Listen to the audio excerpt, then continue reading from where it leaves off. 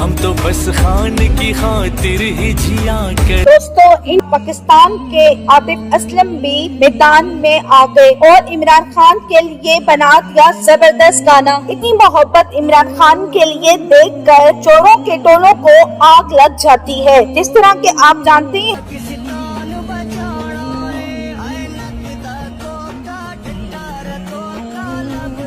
खान की मोहब्बत लोगों के दिलों से नहीं खत्म कर सके। इमरान खान की मोहब्बत और इज्जत इस कदर लोगों के दिलों में बढ़ने लगी कि इंडियन सिंगर भी इमरान खान के लिए गाने लगे। आतिफ असलम आजादी इंसाफ पहचान लीडर हीरो।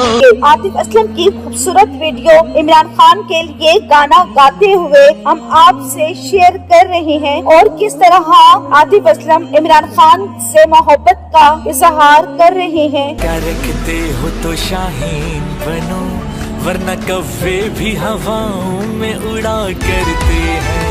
शौक परवाज क्या रखते हो तो शाहीन बनो, वरना कव्वे भी हवाओं में उड़ा करते हैं।